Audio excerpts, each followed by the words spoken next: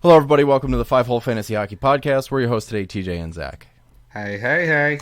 So today we got your week preview. If you guys want to find us, we're on Twitter at FHF Hockey. We're in the Fantasy Hockey Discord all the time. Let's get right into it. Should we just go straight into the storylines? I say we just go straight into storylines. I'm telling you, it's too late in the season for injuries. You don't know who's injured on your team, then you aren't in the playoffs. If they're hurt, they're a drop. Yeah. Matt Murray got hurt. Fiala's out again. Sean Couturier is done for the season. Zegras is back. Marcy's back. Konechny's back. William Eklund has shoulder surgery. Hronek's out for the season. But I think the biggest storyline here is that we're starting to see the rest happen.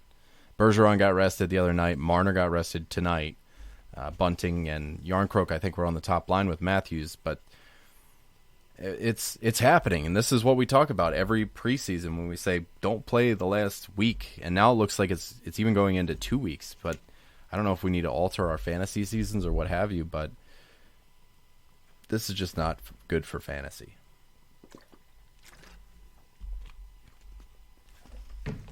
All right.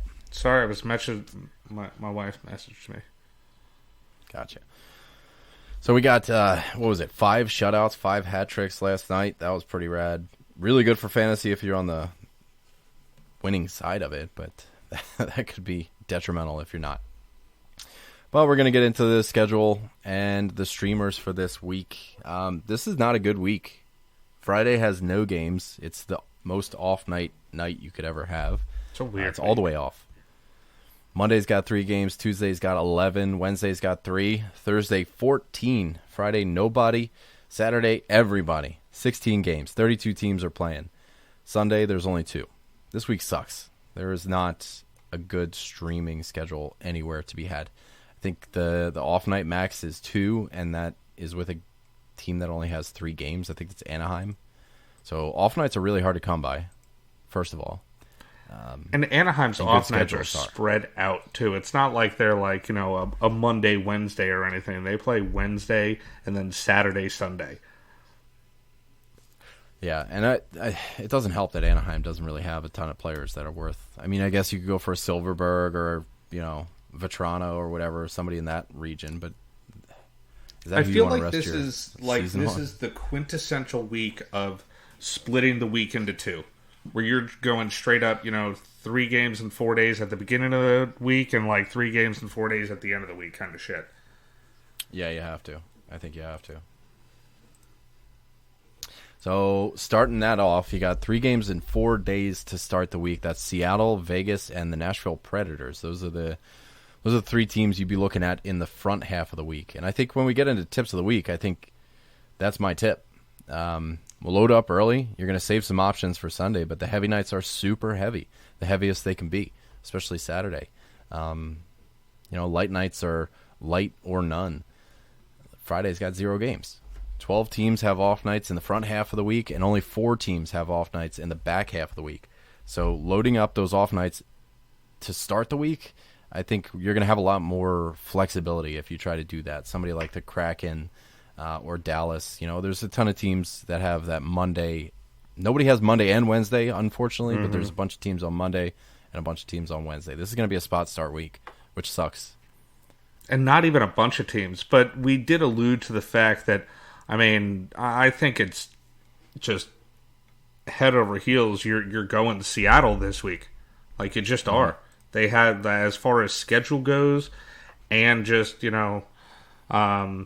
as far as like who they're playing and everything. They play Arizona twice. They play the Canucks, who are, a coin flip, and then they play Chicago. So even though they are playing on 3 off nights, every team you're looking for is playing on 3 off or 3 on nights. Sorry. But as far as who they're playing, they have the best schedule of the week, hands down. Yeah. And even if it's a week-long hold, you're probably not... Your streamers aren't going to make their way into Saturday's game, but they're playing Chicago, which is even a pretty friendly. Players available too, and they have all year. That's the thing about Seattle is they have people that are available and people that are getting points right now, and a ton of them. Let's see. Colorado's got a pretty decent week-long schedule. They got, 2 games versus the Sharks. Then they see Anaheim on Sunday, which is going to be a big one. Everybody's going to be rushing to the waiver wire for Colorado Avalanche players on Sunday, especially if this is your championship week. Everybody's gunning for Anaheim on Sunday, or gunning for Colorado rather. Going into the weekend, there's only 2 games on Sunday. Yeah. There's only 2 games on Sunday, and that's Boston versus Philly, and that game, Colorado and Anaheim, like I was talking about. Boston, Colorado, and Philly all have 3 games in 4 days to end the week. But those are the heaviest. 2 out of the 3 games are the heaviest nights of the week. It's really tough. Strong second half. Is there anybody you like in the second half of the week? I mean, you do have to look at, your Anaheims and your Bostons. I like Boston because they end the week against Philly on Sunday, and Philly has shown the propensity to score no goals, and hell, they're getting goals scored on them off the windows. Like, did you see that goal today by Raquel? I don't want to. He missed the net completely, went over the net, and hit the goalie in the back, went in the net. It's just the perfect Philly goal for this year. What was I gonna say? I forget. I had something there. I forget. I do like Detroit and New York. I mean, I'll give you that. I remember. I remember what I was gonna say now. Thursday and Saturday being so heavy. Take a look at who you have on your bench, and as soon as Thursday rolls around, drop them and stack up on Avalanche, Philly, Boston, Anaheim, anybody you can get for Sunday. Thursday is the day you want to be making those moves. Anybody that's on your bench. Agreed, because if you have, your full lineup of players that you automatically are slotting in for Saturday, and you're not going to be playing them for the rest of the week, then what the hell is the point? You know what I mean? If you're not going to be playing any LA people for the rest of the week, then you're dropping all your LA people or your Wilds or Nashville. Just name the team, because there is just a plethora of teams that aren't playing or players that you're not going to play after Thursday. So let's get into the streamer suggestions, starting with the Seattle Kraken. I think top of the list has got to be Jared McCann. He is in the just go check territory, but I think he's probably the best option for this week. I guess I would I'd be consider Grubauer, him a to be honest with check. He's 59%. I mean, that's not super highly owned. It's but it's higher than we usually go. But I actually kind of like Grubauer as I might have him as my streamer of the week. Because goalies, that's something you can have for a week-long pickup. And this is a really good schedule. I mean, you might only get 2 games out of him, maybe 3 if we're really lucky, but this is a good week to have Grubauer, I think. He's definitely my goalie streamer, without a doubt. I mean, I've been on the Grubauer train all year long, so, I mean, I am all about that, my friend. I dig it.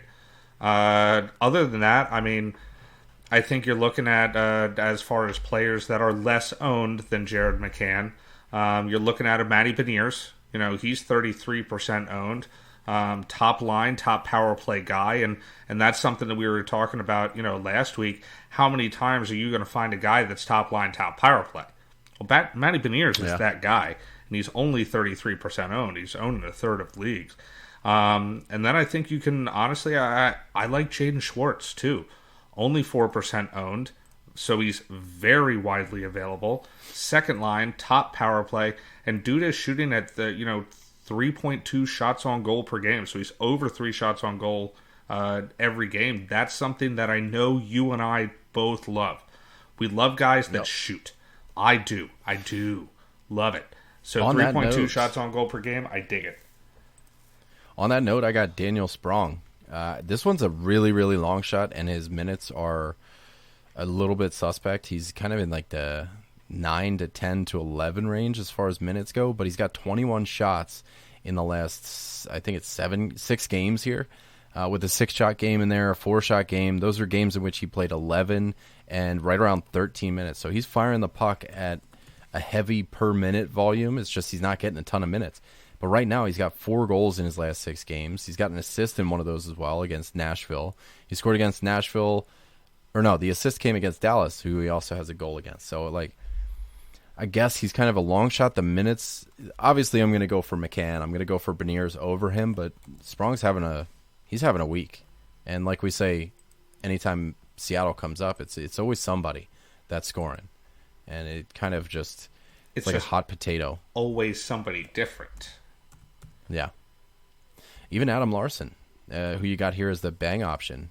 He's putting up some points right now too. I got a bang option for every team that we're going to talk about, and I think that Adam Larson is a great bang option due to his bang daddy potential. 2.5 hits per game, 3 blocks per game on the last 5 games. And in all honesty, more shots on goal and offense than like you honest to God might expect.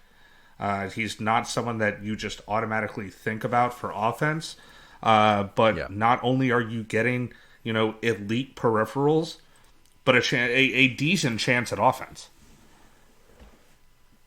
He's got 5 points in his last handful of games. I think 8 games here. So he is starting to put up the offense, but not too shabby. Like you said, that's not something I'm going for him. I'm not picking him up for offense. That's just icing on the cake. You know what I mean? That's just icing on the cake. I'm picking him up for the blocks and the hits, which you are getting like a good amount of. And if you're also going to give me some points, hell yeah, dude.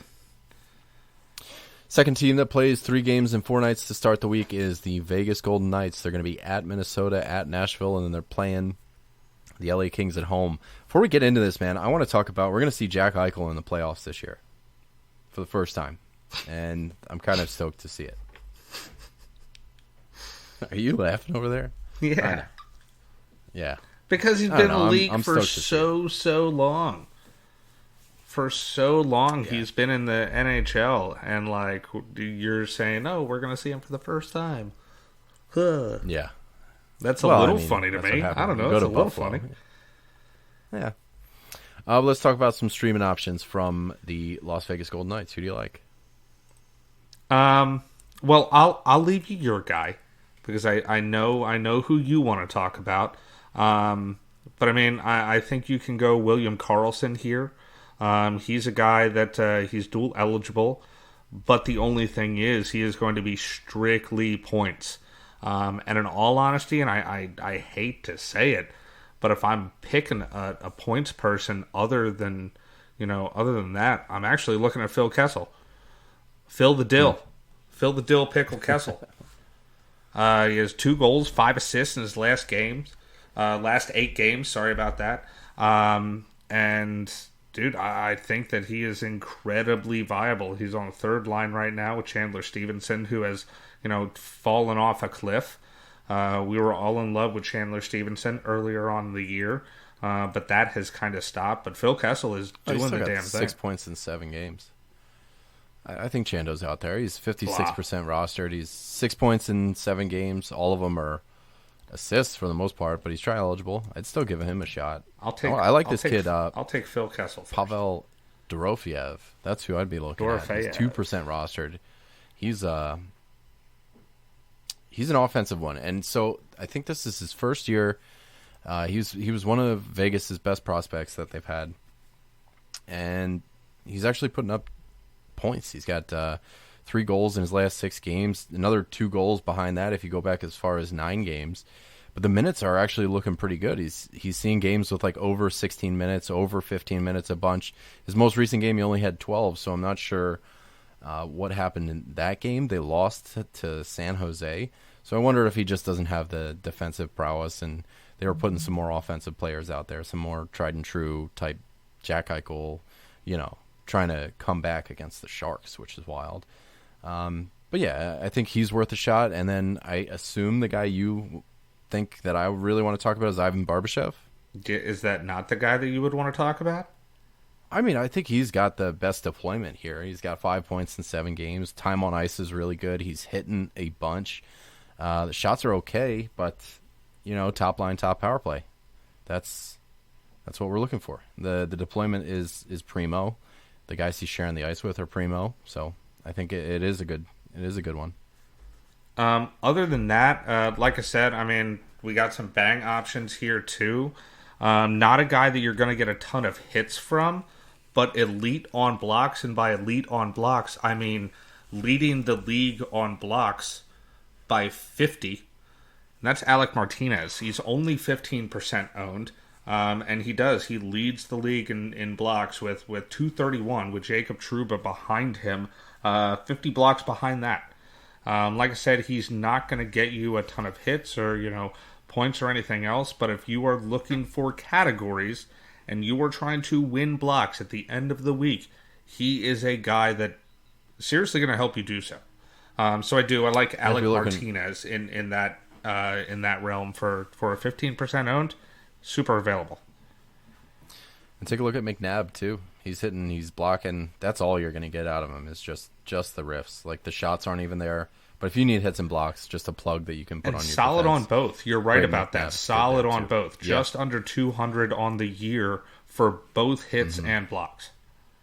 Yeah, he's doing it. Nashville Predators. This one, this is hard to talk about. There's not really a ton of players that are doing a bunch. So I had don't know. problems. I mean, if we got to, I had problems. I like Tommy Novak. I like Tommy Novak. It's hard to recommend a center in a week where 3 of their games are on the heaviest nights that we've seen all year. But if you got somebody for Monday, I think Tommy Novak is as good as choice as any. I would probably go to Vegas. I'd probably go to Seattle before I went for Tommy Novak. But 8 points in 8 games.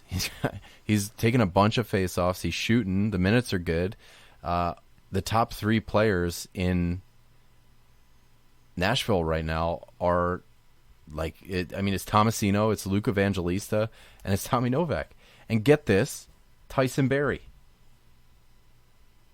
But also Tyson Barrie's owned though.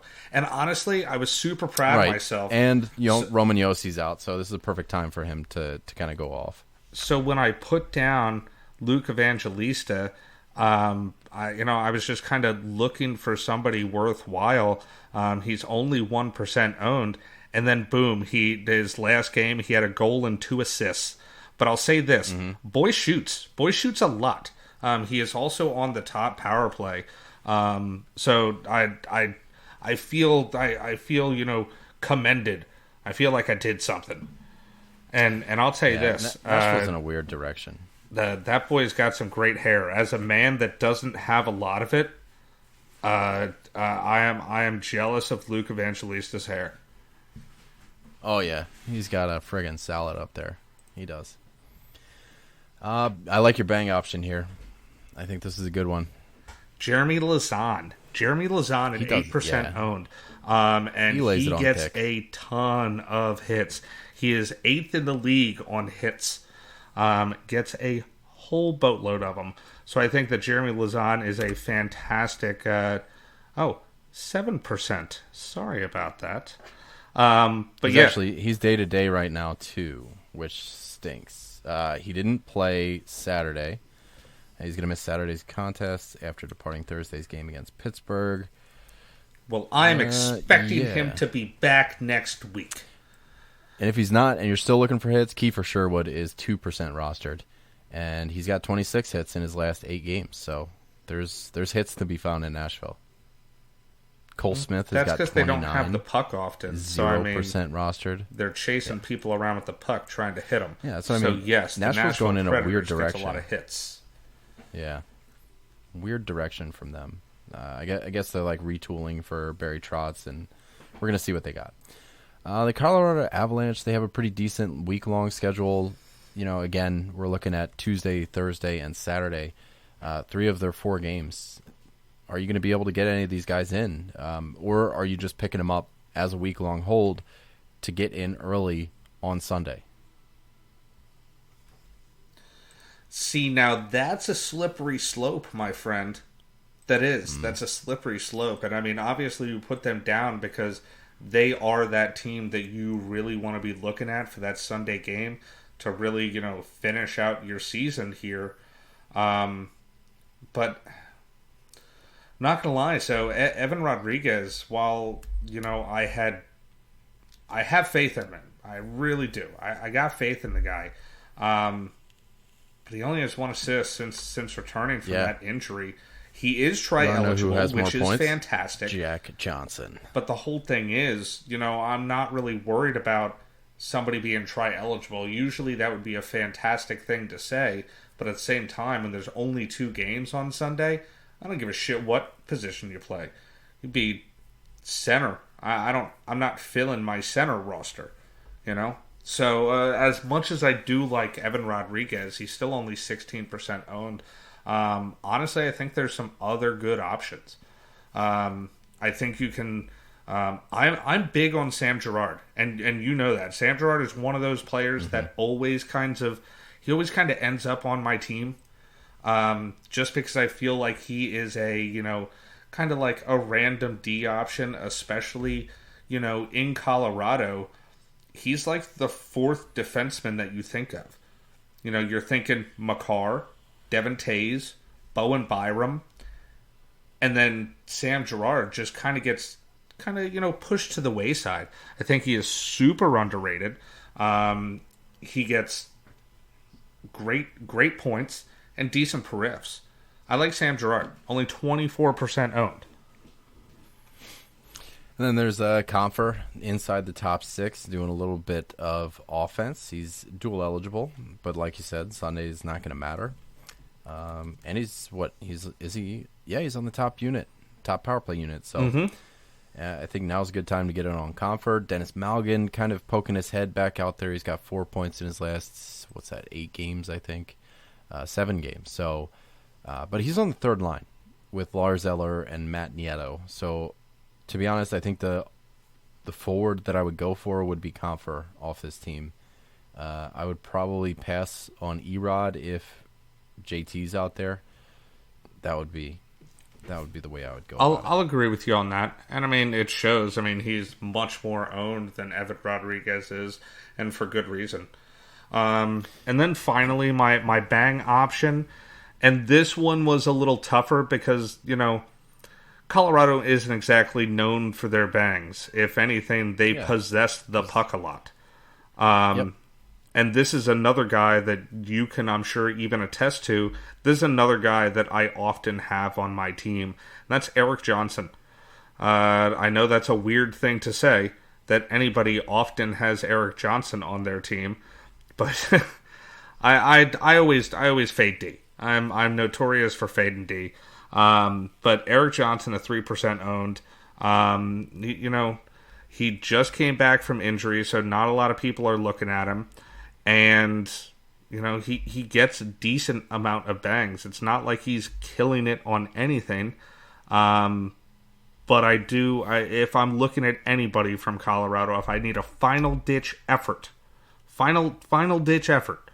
to try to get some bangs on that last day, you got to look at Eric Johnson. Yep. Banger suggestions. I mean, we put one down from every team. If you got to pick one from all the ones that we talked about, who would you go for? Adam Larson. Yep. And 100%. I mean, but he's the most owned, and for good reason, too. And I think Lazon is a good one, too, if he's back. So that'd be a good one. I think there's plenty of bangs out there. It's just that Adam Larson is getting Philip Grubauer. Everything. Talking about Grubauer now, I think he might be the goalie streamer of the week. Just that schedule that Seattle's got: Arizona, Vancouver, Arizona, Chicago. I might even feel more comfortable with him over whatever goalie you have going Saturday anyway. If they're playing Chicago, you got to play the games. You got to play the matchups instead of I'm really been riding, who do you call it? Actually, Sorokin would be a good play. But if you got Kemper or something, they're going up against the Panthers. I would drop Kemper for Grubauer if I'm done. if that's the championship week. I would rather have Grubauer than Kemper this week. That's a feisty statement, but I don't know if you're wrong. Because he's going to be playing. He's going to be playing those Bucco teams, and in all honesty, Kemper's only playing two games. I know one of them is against Montreal and the Florida Panthers, who are super fucking up and down. But I don't disagree with you. You're getting more games, and you're getting really good opponents to be playing against. From one gentleman to another, I'm going to gentleman jack you here. Oh, man, we blew through this one. It was a quick one. But yeah, it's friggin' end of the season, so that's what happens. 30-minute episode. Let's do it. I'm not going to edit. I'm just going to throw it up there. So, if you hear the cats running around upstairs, what have you, that's just the way it goes.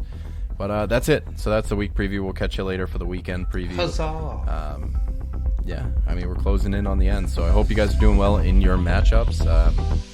Yeah, love you. Bye. Love you.